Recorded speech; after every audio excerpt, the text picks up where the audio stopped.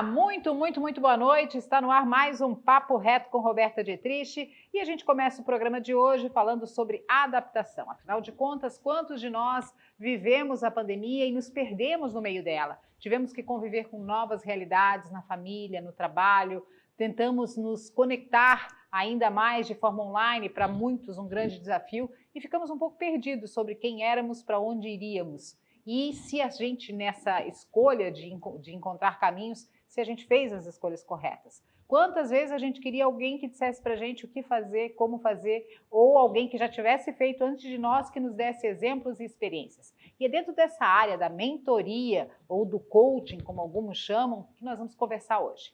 O nosso convidado é José Irã, ele que trabalha com mentoria, atleta, formado em Educação Física e Administração e com uma grande experiência para compartilhar com a gente. Primeiro, boa noite, muito obrigada por aceitar o convite. Eu que agradeço, estou à disposição sempre para passar conhecimento, que eu acredito ser a minha grande missão.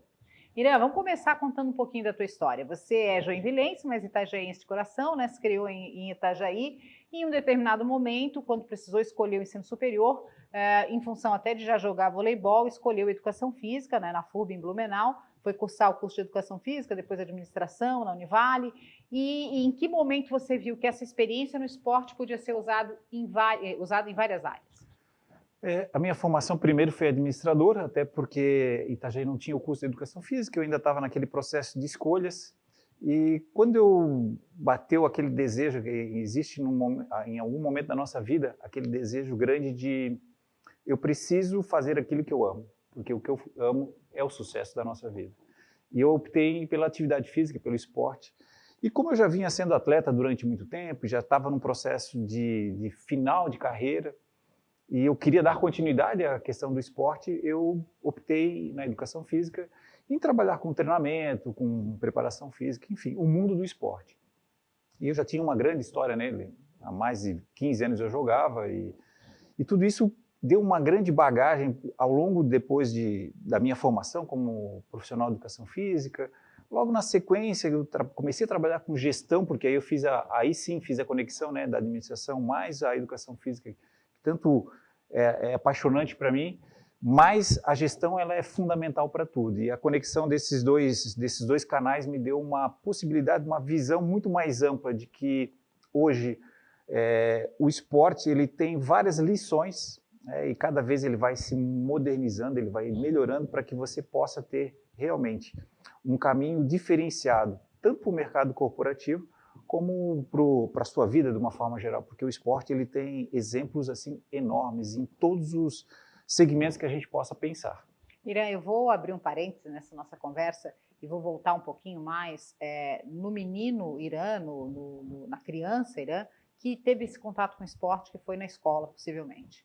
E que hoje a gente está vivendo também uma crise de formação de atletas, porque a educação física passou a ser alternativa em horário de contraturno, o esporte passou a ser coadjuvante no processo escolar. Eu lembro que eu tinha 2 aulas de educação física por semana, e eu lembro que os dias de aula de educação física eram os dias mais esperados, né? Que a gente ia, eu gostava de esporte e fui incentivada na escola, já na primeira infância, a essa prática esportiva. Isso vem gerando também uma geração de pessoas sedentárias. Você percebe isso com as gerações que te sucederam?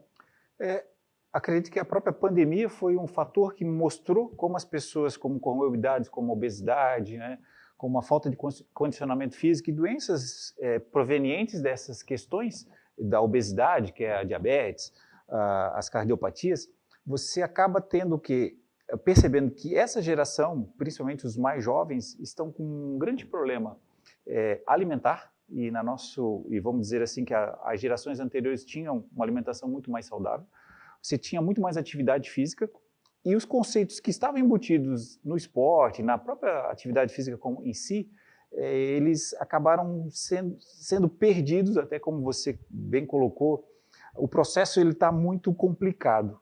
Se está se pensando muito em mercado de trabalho, em você ter competências muito ligadas ao trabalho, mas eu não entendo que você vai chegar a ser milionário com 30 anos e com 32 você sofre um ataque cardíaco e você falece. Então, nós estamos criando gerações assim que estão perdendo a noção da atividade física, do esporte, seus conceitos, e elas estão perdidas num grande emaranhado de pressões. Porque se você pensar numa geração minha, que é abaixo de 50, ali entre 40 e 50 anos, viveu pressões diferentes. Nós tínhamos muito menos escolhas. Quando você ia fazer um vestibular, por exemplo, eu lembro que eu tinha lá, sei lá, 10, 12 opções, sendo que 5 ou 6 eram aquelas que todo mundo fazia. E hoje você tem aí 50, talvez 60, fora as novas que estão surgindo, que você não tem nem nome para elas. Então, para eles também, isso fica muito forte, gera muitas dificuldades, muitas dúvidas. E nós temos um outro problema mais grave que eu entendo dentro desse processo, é a idade. Os jovens, eles cognitivamente, eles estão muito mais acelerados do que a gente, muito melhores. Isso a ciência própria explica. As conexões neurais deles estão muito mais rápidas, estão com muito mais conexões. Só que a evolução, a própria maturidade emocional, essa daí, ela está ficando atrasada. E quando você, muita inteligência, cognitivo, pouco emocional, você vê que isso não encaixa. Conosco foi mais proporcional. Você tinha um gap um pouco menor. Hoje o gap é muito grande. E aí o que acontece? Você vê assim, jovens extremamente inteligentes, mas emocionalmente muito ruins. Porque como a gente coloca hoje, o mercado ele pede as hard e as soft skills. Hard skills, para quem, essa é uma linguagem muito simples, as hard são um conhecimento bruto, a sua formação acadêmica. E as soft são a sua resiliência, a sua forma de poder entender que você vai ter empatia com as pessoas, como lidar com o ser humano. E hoje o mercado diz uma coisa muito interessante para que esses jovens tenham essa noção. Você é contratado pela sua hard skill. Você tem que ser um engenheiro, você tem que ser um profissional de educação física. E é demitido pela falta das soft. Pela falta das soft, que é a empatia, saber trabalhar com pessoas. Então, essas grandes pressões, idade, falta de maturidade, muitas escolhas, a rapidez na informação, tudo isso tem gerado muitas complicações. E o esporte é um canal que pode ajudar e pode colaborar muito nessa evolução emocional, nessa evolução de trabalho e principalmente nessa questão de fazer você ter uma visão mais ampla do mundo. Porque hoje nós voltamos para o nosso lar, porque a pandemia nos condicionou a estarmos dentro do nosso lar e principalmente nos condicionou a entrar dentro de nós mesmos. Porque uma coisa que eu falo sempre nas minhas mentorias o meu mantra é que nós temos que ser todo dia melhor do que a gente é no dia anterior. Vamos entrar nisso também, mas antes disso, ainda dentro dessa linha da falta do esporte na formação física e emocional das nossas crianças, dos nossos adolescentes, você acredita que houve uma certa industrialização do esporte, no sentido de ver o esporte como uma fonte econômica, ou seja, a disseminação das academias aconteceram, os modismos, né, crossfit, não sei o quê, nada contra um ou outro, não é essa a questão. A questão é que o esporte, como tentativa, como desenvolvimento pessoal, como lazer, ele perde um pouco a sua função e ele vai para o campo da industrialização. Isso é nítido e notório. Porque o que acontece, você tinha o esporte como o esporte-lazer, que isso meio que se confundia, que era a molecada que brincava de bola na rua, as meninas que jogavam uma modalidade, um vôlei, um basquete, enfim, as modalidades elas saíam da escola e iam para a rua. E aí fora todas as outras brincadeiras que existiam, né? Amarelinha, brincar de pegar, enfim, a gente vai aqui elencar uma série de outras atividades que estão sendo perdidas durante o tempo. Como você falou, isso era uma coisa que a gente estava em qualquer local e poderia ser feito. E aí as crianças adoravam, né? Os jovens, a gente, enfim, tinha pular corda. É muito louco isso, porque assim, na minha infância eu lembro do elástico. Isso, né? Mesmo. Duas amigas ficavam com elástico, a gente pulava, errava, vinha outra, etc e tal. Antes do colégio a gente tinha as quadras de esporte, mas a bola só era liberada mediante a presença do professor. Então, como a gente não tinha bola, a gente enrolava casacos, dava nó em casacos para jogar um vôlei que não era vôlei, era com uma bola de casaco. Ou seja, havia um instinto, uma vontade dessa socialização pelo esporte, de aprender a perder, a ganhar, né, de ter o corpo em movimento, que isso acaba também trazendo outras conexões que a gente não vê mais. Intrinsecamente, se a gente fizer uma linha do tempo, a partir do momento que você tem os smartphones espalhados de uma forma assim, eu digo, disseminados como uma grande praga, né? Porque quando você não tem um entendimento de uma tecnologia, ela é ruim. O grande problema é que as pessoas não entendem essa tecnologia, porque, óbvio que no meu tempo, quando eu precisava fazer uma pesquisa, eu tinha que ir numa biblioteca pegar um livro. As figuras eram os que estavam no livro. Eu sou do tempo da Barça. Isso, famosa. E hoje você tem a informação instantânea. Eu quero uma figura 3D, enfim. Bom, ótimo. Acredito que a evolução tecnológica ela não pode jamais parar, porque isso faz parte do nosso cotidiano. Porém, o uso dela está sendo errado. Porque quando a gente estava lá no recreio, ou antes da aula, a gente não tinha um smartphone para ficar vendo coisas aleatórias. Então a gente tinha que, vamos inventar alguma coisa. Aí você falou do Elástico, e aí tem as questões assim, ó, o Elástico, além de ensinar você a perder e ganhar, porque se você errar, sair, a você ter o convívio com as pessoas, criar amizades, tinha questão até motora, para você entender, abrir. Hoje, se você pede para uma criança correr em linha reta, algumas vão ter dificuldades, porque hoje você vive em apartamentos, em ambientes menores, diferentemente da gente que viveu em casas. Tudo isso aí é uma coisa muito cultural que está se fortalecendo, e quem poderia fazer a quebra disso aí era a escola. E a escola realmente, infelizmente, não só os profissionais de educação física, como o próprio modelo escolar brasileiro, ele é do século XIX, nós estamos no século XXI, e todo esse processo está muito conturbado e a gente com certeza vai ver nos próximos anos ainda uma grande dificuldade. Como você falou, hoje a mídia, a própria cultura das últimas décadas colocou, se você quer fazer uma atividade, entrar em forma, você tem que entrar numa academia, você tem que tem que pagar alguma coisa. E isso, como você falou, isso gerou uma grande indústria, uma grande cultura do corpo, da imagem, que vem de atividade física, ok. E aí a gente também tem que formar esses professores de educação física do ponto de vista emocional, porque eles também, na tentativa de ensinar um esporte, de fazer as famosas escolinhas nas escolas, escolinhas de esporte, eles vão enfrentar uma outra dificuldade, que é aquela criança que não está acostumada, não quer e não vai socializar, não quer perder, não quer ser preterida, né? Porque, às vezes, numa condição socioeconômica favorável, acho que isso vai fazer ele ser o capitão do time, né? Tipo, eu sou o dono da bola, Sim. então eu sou o dono do campinho. E tu não pode mais ser duro, né? Eu fico imaginando um Bernardinho, se estivesse nascendo hoje, não se criava, né? Um técnico com linha dura de, não, você errou, e aumenta o tom de voz. Não dá para aumentar o tom de voz com essa nova geração. Como é que a gente faz isso, Irã? Aí que é um ponto crucial, até na própria, como a gente fala de educação, a gente fala das escolas, a gente também fala do meio universitário. Hoje, o profissional que lida com pessoas, e aí a gente está especificando para o profissional de educação física, que lida com pessoas, ele tem que evoluir também. Ele tem que quebrar os paradigmas. Eu sou uma prova viva disso, que eu comecei quando eu fui treinador. Puxa, o Bernardinho era o grande, o Bernardinho está há mais de 20 anos como vencedor. Então, ele sempre foi a gente acreditava que daquele jeito dava certo. Com muitos atletas meus, ao longo dos anos, deu certo. Algumas gerações. Só que não dá mais. Aquele modelo que você fazia há 20 anos atrás não dá. Até porque eu também estudo muitas gerações e elas estão mudando muito rapidamente. Gerações que mudavam de 10 em 10 anos, 20 anos, elas estão mudando de 5. De 5 em 5 anos você está tendo novas gerações, novos modelos de pessoas. Com novos perfis. Novos perfis. E aí cabe a nós, qualquer um que trabalhe com pessoas, e isso para mim é fundamental, porque a minha especialidade são pessoas, porque eu sempre lidei com elas, é você entender.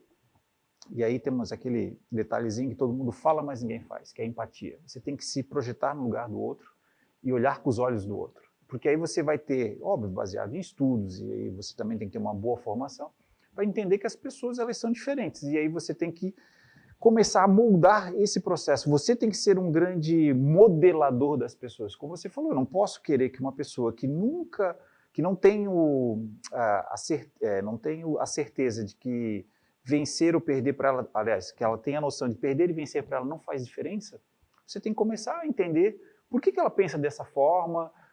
Tem que ter algumas coisas uns nuances, assim, algumas coisas bem simples que você tem que perceber que isso aí é um comportamento que no futuro da vida dela vai ser ruim. E aí, dentro da escola, dentro da formação esportiva, quando a gente trabalha e quando a gente fala atletas, todo mundo tem a ideia assim, pô, um atleta de 12 anos, de 15 anos, ele pode ser atleta. Só que ele é atleta naquele momento, mas aquela formação pode ser que no futuro ele se torne, mas naquele momento ele é atleta. Então, as ferramentas que nós temos para visualizar ele, para moldar ele, tem que ser baseadas muito nisso, porque a parte técnica, ensinar ele a saltar, correr, atacar uma bola, chutar uma bola, isso eu não vejo muito difícil. O difícil é hoje você, psicologicamente, né, emocionalmente, encaixá-lo nisso, porque chutar, todo mundo vai chutar bem. Mas quantos que vão...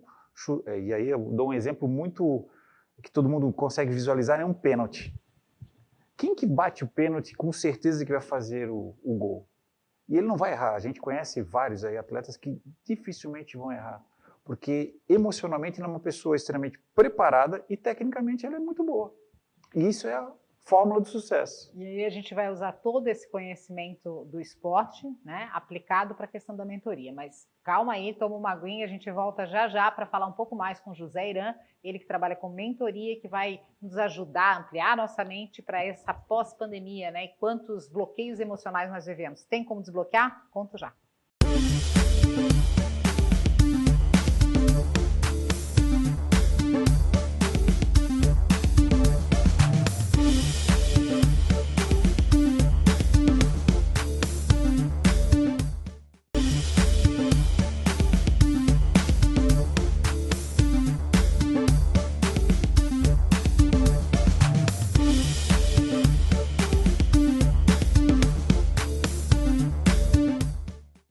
Estamos de volta e hoje o Papo Reto recebe aqui nosso convidado José Iran, ele que trabalha com mentoria, atleta, formador de atletas, preparador físico, formação em administração e educação física, que hoje vem falar sobre o processo de mentoria. Nós terminamos o último bloco prometendo para a audiência que a gente ia falar sobre o poder do agora, que foi uma premissa muito tratada nessa questão da pandemia, porque a gente estava sempre no e daqui, e depois, Isso. E como é que vai ser? E não, a gente tinha que, na verdade, olhar para aquele momento e tentar se adaptar.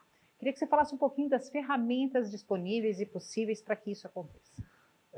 Como eu tinha colocado anteriormente, o meu primeiro trabalho efetivo com um podcast, que foi essa abertura minha profissional dentro das redes sociais e dos meios de mídia de uma forma geral, foi a questão do poder do agora. Eu vinha lendo muito, estudando muito a questão do estresse, principalmente no dia a dia, como você pode evitá-lo, etc.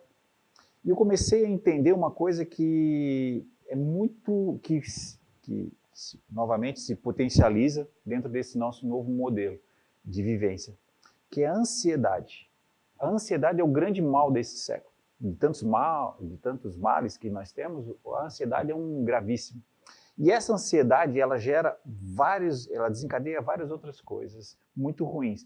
E a gente não está falando só da questão mental, nós estamos falando da questão fisiológica. A partir do momento que você gera ansiedade, você gera uma série de hormônios, cortisol, que faz mal para o teu organismo, gera uma acidez muito grande no teu estômago. Enfim, só traz coisas ruins essa ansiedade.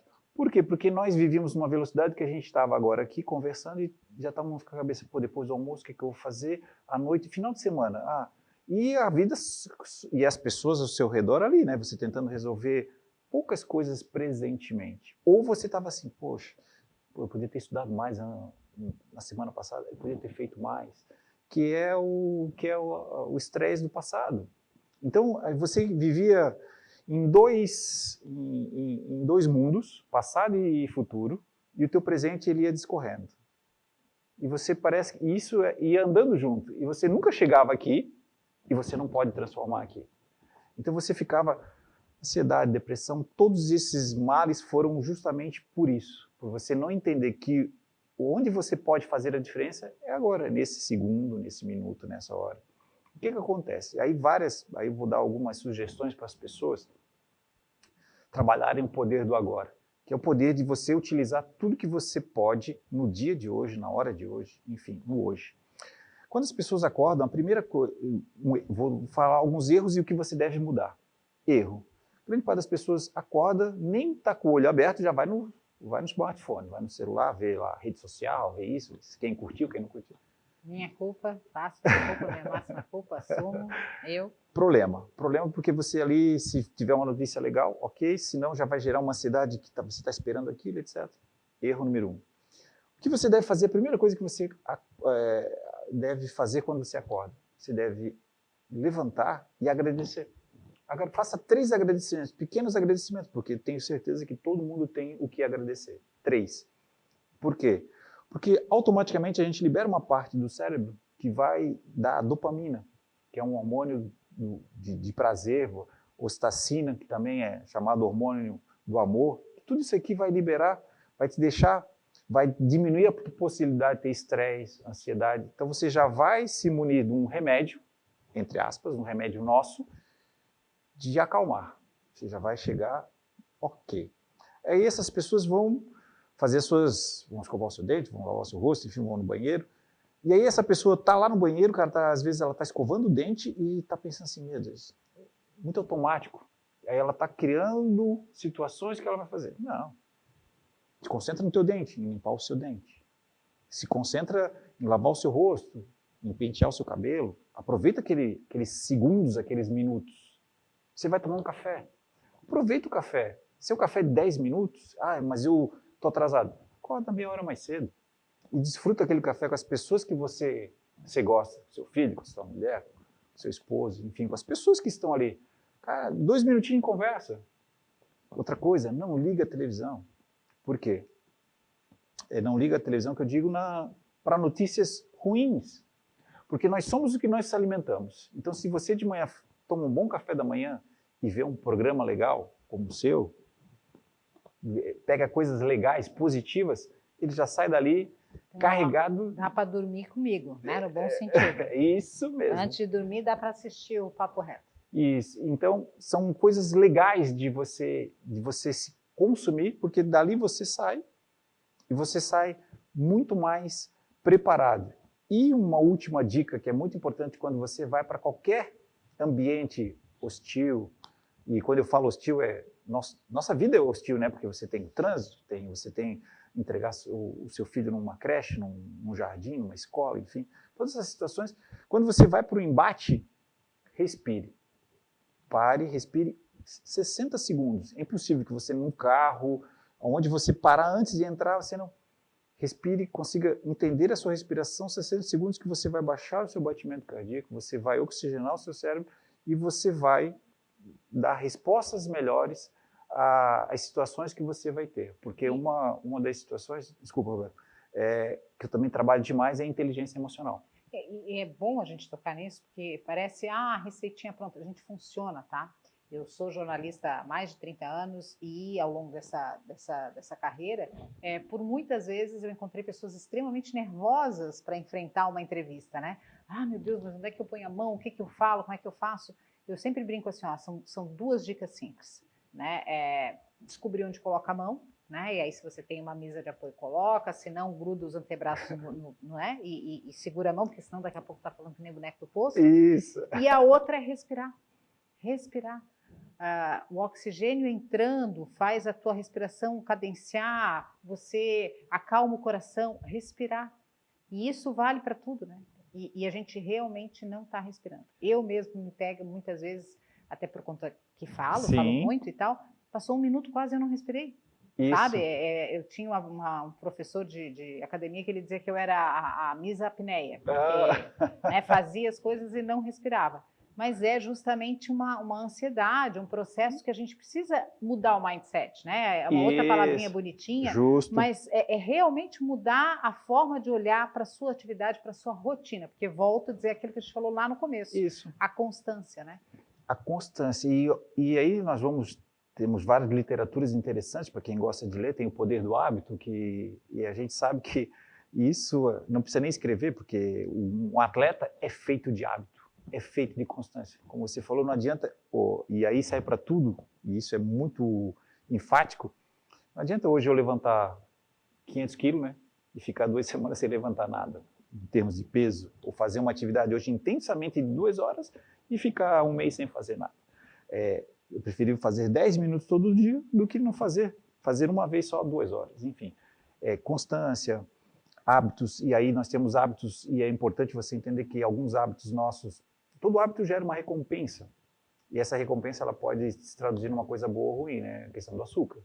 O açúcar, lógico, ele mexe em várias partes da nossa cabeça que nos dão prazer. Então, não é à toa que, principalmente as mulheres, né, tem essa questão do chocolate, né? isso, aí tem a ver... na madrugada, naquele dia que tu tá ansiosa, assim, tu acorda de noite e pensa, eu vou olhar, vou achar um chocolatinho, mas é só um chocolatinho, faz tão bem. Aí que eu digo, é um equilíbrio. Aí nós vamos para uma outra palavra que é fantástica, que eu aprendi também no esporte e dá certo para tudo, que é o equilíbrio.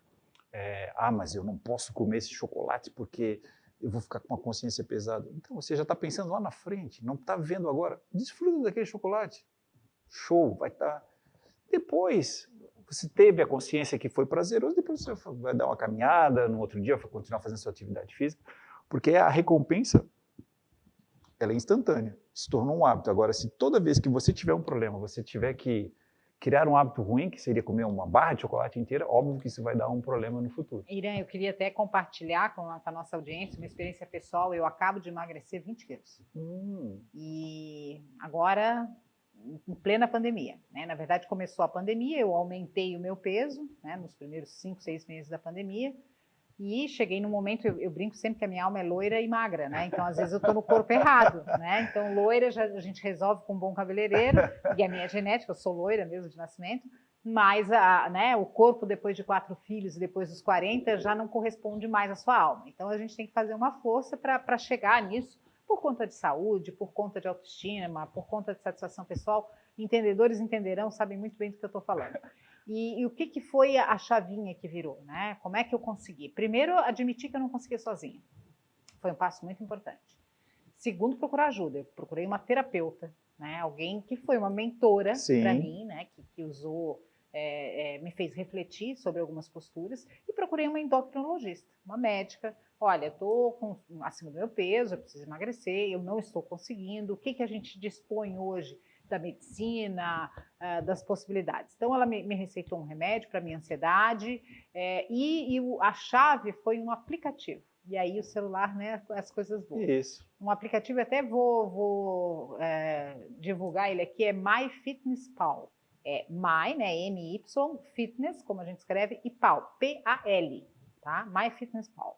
Então, tu baixa esse aplicativo, tem a versão gratuita, que é a que eu tenho no celular, mas tem uma versão paga que eu nunca utilizei. E nesse aplicativo você vai anotando tudo que você come durante o dia. E aí você vai percebendo, você vai tomando consciência das escolhas que você faz. Então não tem nenhum problema de eu comer um chocolate, né? Se eu estou muito à vontade, vou lá e como um chocolate, degusto aquele chocolate prazer, sem culpa, sem problema nenhum. E aí, no outro dia, eu não como chocolate, né? Então são equilíbrio. Aí volto para a história do equilíbrio. Outra coisa é tomar consciência de algumas coisas que você não fazia ideia, ou pelo menos nunca tinha pesquisado. Era comum no final de semana, eu e meu marido abrir uma cerveja no final do dia, pegar um bowl com amendoim, sabe? Aqueles bowlzinhos assim, e comer 1, 2 daqueles bowls e tomar uma cerveja e bater um papo numa sexta-feira, no sábado. Bom, resumo da ópera, aquele bowl, um bowl de amendoim, ele tem mais calorias do que um Big Mac. Né? E a gente comia 2 fácil. Então, e depois a gente engordava e dizia, mas eu não sei por que eu engordo. Eu como um amendoizinho no final da tarde, almoço com uma carne, uma maionese, como um chocolatinho uma vez ou outra. Mas quando você começa a olhar, a viver o agora, o que eu comi, o que eu estou fazendo, né? Como é que eu estou me comportando diante dos meus hábitos, e aí tu vai dizer, meu Deus do céu. Então, por exemplo, torresmo, né? Eu sou a louca do torresmo, adoro um torresmo, eu brinco no mercado quando eu passo no corredor que tem o torresmo, ele me chama pelo nome, né? A gente é íntimo, mas não dá, entendeu? É um prazer que não compensa. É muito legal comer um torresmo? Nossa, é muito legal. Mas o que é mais legal? Eu me sentir feliz, magra, ter saúde, né? Tá com autoestima, ou aquele pote de torresmo? Eu decidi que é mais fácil, que é melhor para mim, né? Ter saúde, etc. E tal. São escolhas. Agora você puxou um gancho que me faz lembrar um psicólogo que trabalhou conosco também, comigo durante um período como psicólogo do esporte, e ele falava uma coisa muito legal sobre a escolha. É que nós somos feitos de escolhas. E aí ele sempre falava assim, que muitas das pessoas querem tudo. Não pode. Ele dava exemplos muito que eu uso até hoje. Se você escolhe ir para a esquerda, você perde a direita. Se você vai para cima, você perde embaixo. Se você vai escolhe o azul, você perde as outras cores, você perde, enfim. Essas escolhas, o que ele queria traduzir para a gente? Toda escolha é uma renúncia, né? Isso mesmo. E cabe a você, no momento da escolha, saber aquilo que é melhor para você. E é muito legal, assim, ó, realmente eu recomendo, tá? Se você está num momento da vida, aliás, em qualquer momento da sua vida, tá? Procure a mentoria com o Irã, com alguém da sua confiança, porque primeiro que você se compromete com o outro, né? E às vezes a gente não tem a mesma honestidade com a gente mesmo, mas com o outro a gente não consegue, não vai mentir para sempre, né? Você engana alguém por algum tempo, não todos por todo o tempo. Isso mesmo. E aí, por exemplo, quando eu tinha os encontros com a minha endócrino, e eles no começo eles eram quinzenais, e com a minha terapeuta eram semanais. Então não tinha essa, sabe, de embromar, porque ela sabia o que eu tinha falado, e aí na balança mostrava o resultado, se eu tinha feito, se eu não tinha feito. E aí você se estimula a prestar contas, né? A ter alguém que vai te dizer, não funcionou, o que está fazendo de errado, que vai te cobrar de alguma forma, né, no bom sentido, Sim. mas que vai te estimular também, que vai, não, bacana, eu sempre brincava que eu saía do consultório da endócrina, ganhei estrelinha hoje e tal. No fundo é isso, a gente quer também alguém que nos apoie emocionalmente, né, que nos conduza, que às vezes nos segure pela mão. O mundo é tão individualista que ter um mentor, ter alguém para quem você ligar, não precisa ser às 2 da manhã, mas você ligar, né, num momento de ansiedade, é tão bom a gente poder, e alguém que está preparado para isso, alguém que é um profissional diferente da mãe da gente, né? Que sempre vai dizer, tá bom, minha filha, tá, mas você tá linda. O trabalho do coach, que a gente chama, óbvio, coach tem a ver com treinador em inglês, né? E a gente sempre foi coach dos atletas, fazendo cursos ou não. Isso que você coloca é o que eu falo se você consegue buscar uma automotivação, só que ela não é às vezes ela é uma labareda, e ela vai diminuindo, e aí, como você falou, o mentor, a pessoa que tem esse processo com você, é aquele cara que você está quase desistindo, ele chega lá e dá aquele soprinho no teu ouvido assim, você consegue, eu estou com você, nós temos essa ferramenta, vamos buscar, essa competência está faltando, mas a gente pode buscar essa outra. E você pontuou muito bem essa questão de que nós somos seres humanos que não podemos viver isoladamente. A pandemia já mostrou isso. Nós precisamos de outras pessoas e às vezes, não só, como você falou, não são só as pessoas que estão naquela sua relação pessoal, até porque você acaba descobrindo que tem pessoas ali que talvez não façam tão bem, tem pessoas que você tem que mudar as suas amizades. Não que isso seja uma regra, mas pessoas que realmente tenham esse intuito de querer melhorar você. E esse melhorar, nós que sempre estivemos com performance, e essa performance, como você falou, essa performance pode ser simplesmente quebrar um hábito ruim de você começar a respirar, saber respirar, de você entender que, poxa, cara, eu tenho que parar de pensar naquilo que deu errado e tenho que pensar no que eu posso fazer de melhor hoje. Gente, o papo é bom demais, aqui já estouramos todos os limites aqui, ficaríamos madrugada dentro, sem dúvida nenhuma. Você é super gentil, super generoso, muito obrigada por aceitar nosso convite. A gente vai dar agora as redes sociais do Irã para você se conectar também. Talvez ele não seja o mentor ideal para você, mas eu tenho certeza que ele vai te encaminhar e talvez ele seja o mentor ideal para você e vai te ajudar a conquistar os seus objetivos. Vamos lá, Irã. Como é que as pessoas te acham no Instagram? No Instagram o perfil é José Irã. Oficial, Irã com H. Com H, tá, isso. gente? H-I-R-A-N de navio, oficial. Oficial, José Irã Oficial. E esses também é do meu YouTube, o canal José Irã. E também e eu também tenho o canal do do Telegram, que é só mandar um direct para mim, que eu faço é um grupo que eu tenho ali, eu chamo que são são minhas pessoas especiais. Quem realmente quer ali pegar dicas, que eu diariamente estou dando dicas, estou dando alguns insights, essas pessoas é um grupo ali que eu tenho muito carinho, e as pessoas que querem participar dele, ficar à vontade, é só mandar um direct para mim, que vai ficar, já tenho um conteúdo interessante no meu canal do YouTube, e como a gente falou, né, consistência, todo dia você sempre vai ter alguma lição, algum insight, que é muito importante, porque eu sempre falo, né, ajudar, quando a gente ajuda, e ajuda de coração, e aí é óbvio que isso é um negócio também, não deixa de ser um negócio, mas o meu princípio maior da minha paixão é melhorar as pessoas. E propósito. É o propósito. que também é uma outra conversa que nós outro podemos assunto. ter em outro Voltamos, momento. vamos fazer todo mês aqui com o Irã um consultório emocional. Querido, Obrigado. obrigada, tá? Obrigada de coração. Eu que agradeço. Adorei o papo. Fico feliz em poder colaborar aí e estou sempre à disposição. Muito obrigado. E aí, se interessou nesse papo? Quem sabe você também se encontra numa mentoria, também muda os seus objetivos de vida, melhora o ser humano que a gente é. A gente está aqui para evoluir, não é isso? Espero que você tenha gostado. Beijo e até a próxima.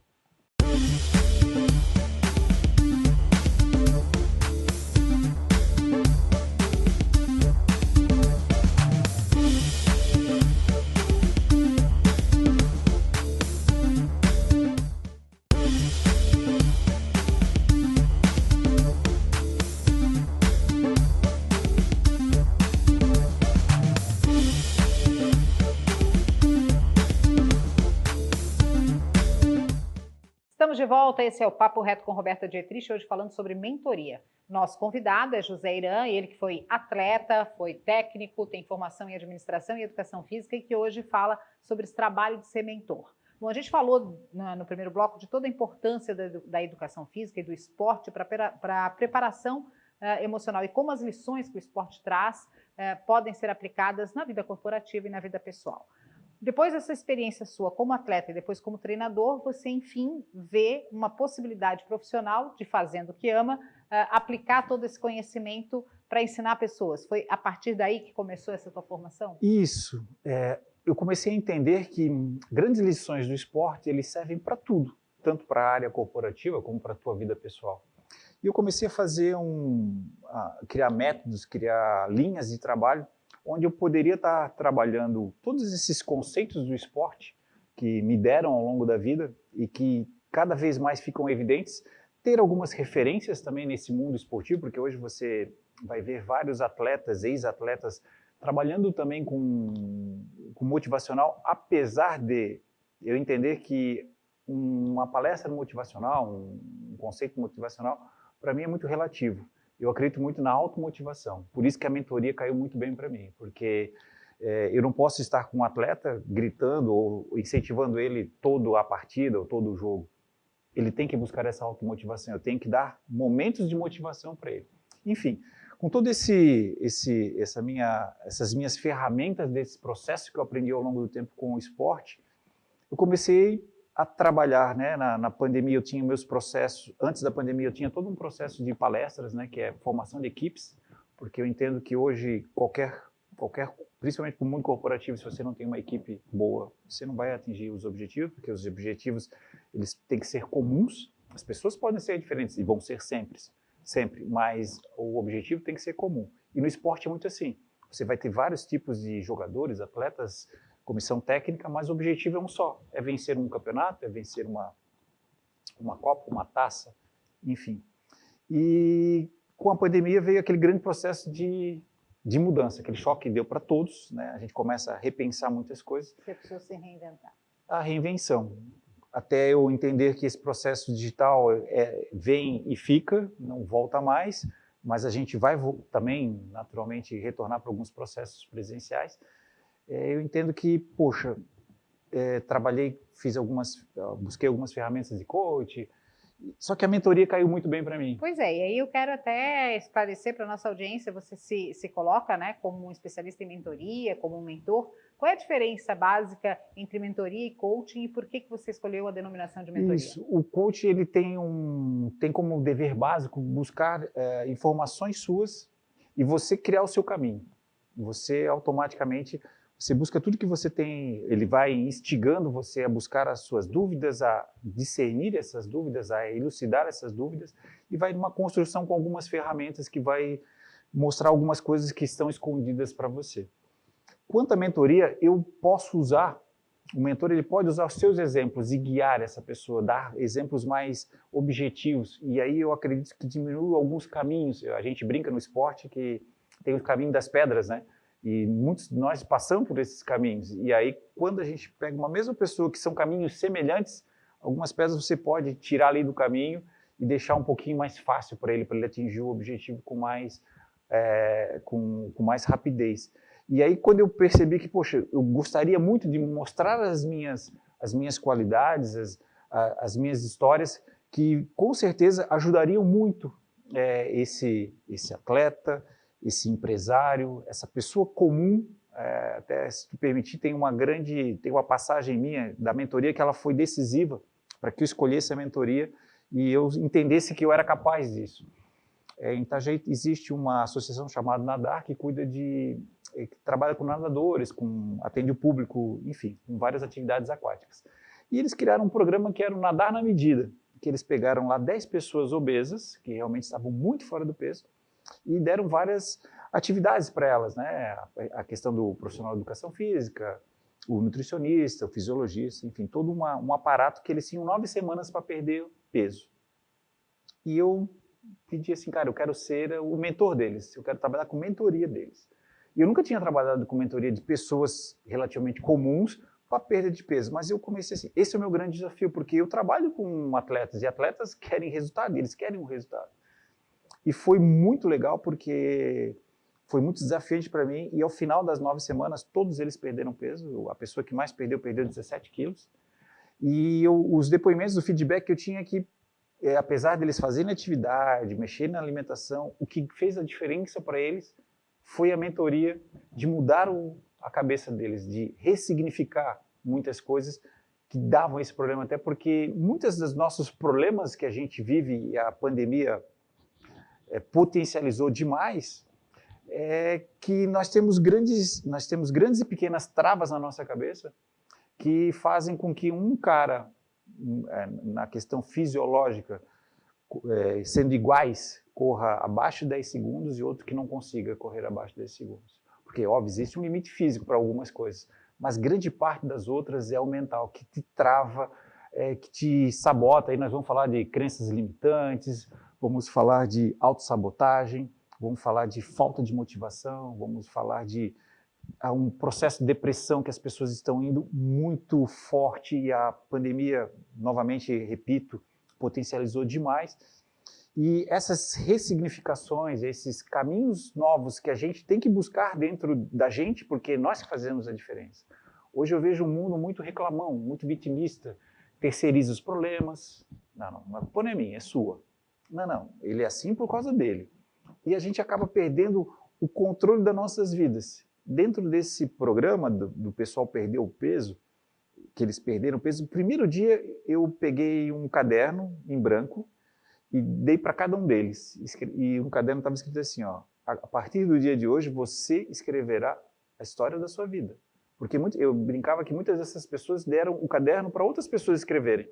Aí se outra pessoa escreve a tua vida, ela escreve do jeito que ela achar legal, não da forma que você acha que é o ideal. E é muito cômodo também, né? Isso. Fazer essa escolha, porque aí a culpa nunca é minha. Justamente. Aí, sou gordinho porque sou gordinho feliz. Não é um gordinho feliz. Até pode ser uma pessoa que esteja um pouco fora do peso, sem problema nenhum. Eu acho que nós temos que se olhar e olharmos de uma forma muito profunda. Mas, quando nós optamos em fazer a mudança, se a gente não ressignificar algumas coisas, se nós não tivermos, aí a gente volta para o esporte.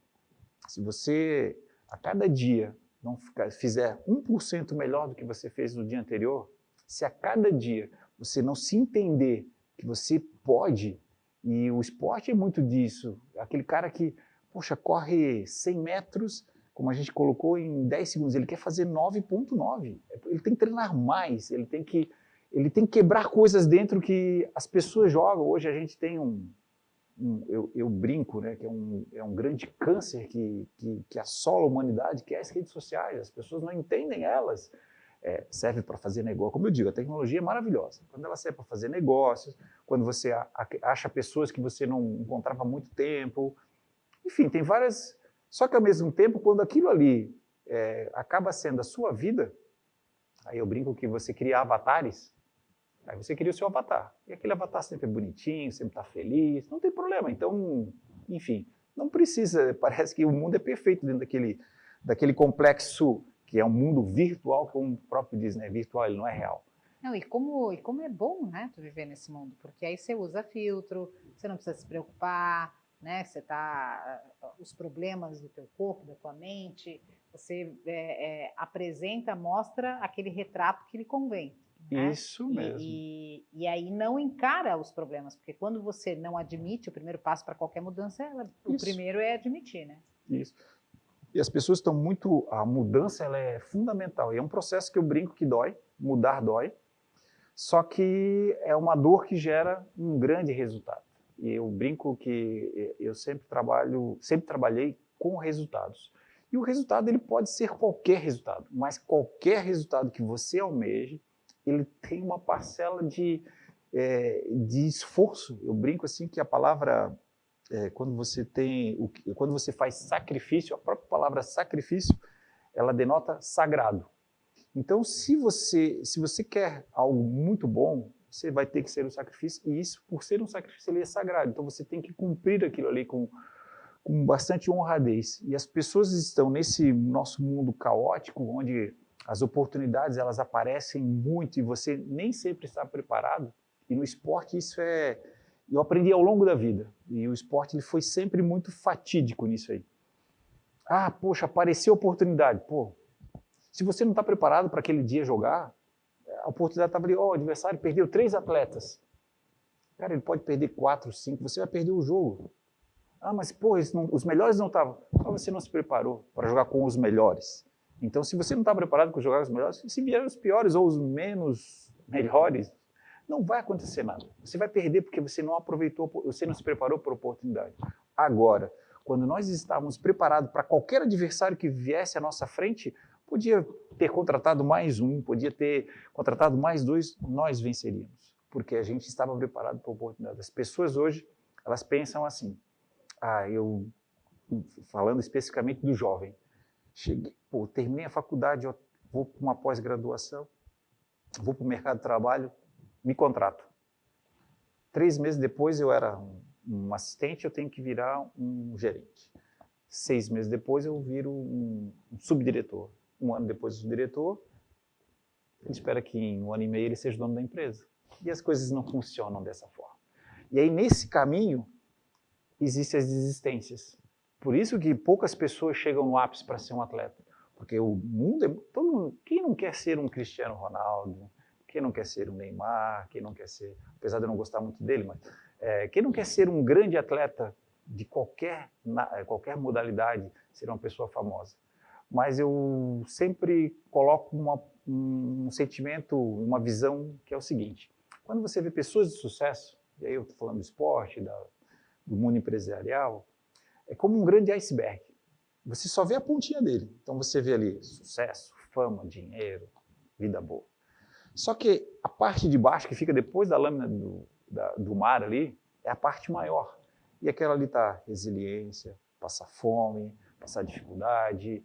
Tudo de ruim vai estar dentro daquela massa grande que te construiu para ter aquele ápicezinho ali, para ter aquela pontinha ali que todo mundo observa. Só que as pessoas não querem mergulhar naquele oceano ali e tentar pegar aquelas ferramentas ali, ou ver aquelas ferramentas que construíram a pessoa. E os jovens, muito mais, porque eles acham que uma promoção é simplesmente ir lá no Google e promoção. Como é que faz para promoção? Ah, legal. E é o que a gente tem visto muito. O Google não tem todas as respostas, né? Isso mesmo. Bom, e aí você se viu, como todos nós, em meio à pandemia, e também teve os seus bloqueios, né? Sim. Porque nós somos da geração que não nasceu conectada, e eu te entendo muito sobre isso, e precisou se reinventar. Nesse processo de reinvenção, você encontrou ferramentas, encontrou caminhos e disse, opa, eu acho que eu posso dividir isso com mais gente. Foi por aí? Bem isso mesmo. E como eu já tinha alguns atletas, eu tenho 2 atletas que passaram na minha formação em Portugal, e um deles ele tem uma relação desde os 13 anos comigo, como formador dele, e eu assim, cara, vamos começar uma parceria, eu vou começar uma mentoria, vamos ver se isso dá certo, se faz sentido isso há mais ou menos 1 ano, bem no meio da pandemia. E aí a gente começou e eu comecei a entender que as minhas metodologias estavam dando certo e ele melhorou demais a performance. A performance dele foi muito boa, porque eu sabia que tecnicamente ele era um bom atleta, mas ele precisava destravar uns... E aí a gente vai atrás das ferramentas, né? Fui através de Zoom, de Google Meets, o próprio WhatsApp, hoje você consegue fazer as conexões. Eu também fui atrás desse processo, porque se a gente quer as nossas mudanças também, pagamos o preço, e pagar o preço é muito importante. E eu paguei o preço. E todas essas novidades que vieram para mim vieram baseadas num grande conhecimento, numa coisa que eu amo fazer, que é lidar com pessoas, e ver a transformação dela é fantástico. Porque a minha primeira pós-graduação, depois que eu terminei educação física, eu fiz preparação física. E ali já tinha um chipzinho meu ali, tinha uma coisinha minha ali, já dizendo que minha grande alegria é ver as transformações das pessoas, porque primeiro fisicamente, porque como eu era preparador físico de atletas, eu pegava às vezes eles magrinhos, sem força, e a gente conseguia dar mais força, mais agilidade, mais condições físicas para ele atingir aquele objetivo dele.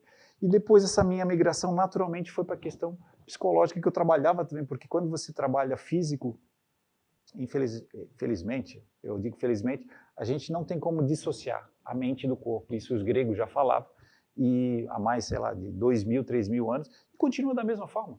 O seu corpo e a sua mente eles estão conectados. Não adianta você querer mexer num sem mexer no outro e vice-versa. Então, o esporte dá muito disso. Hoje, mais, porque pela fragilidade emocional das pessoas que estão buscando os seus espaços no esporte, e que essa fragilidade do esporte irradia para as pessoas, vamos dizer, comuns, que é para o estudante, que é para o empresário, que é para a dona de casa, que é para o pai, para a mãe, para todas as pessoas de uma forma geral.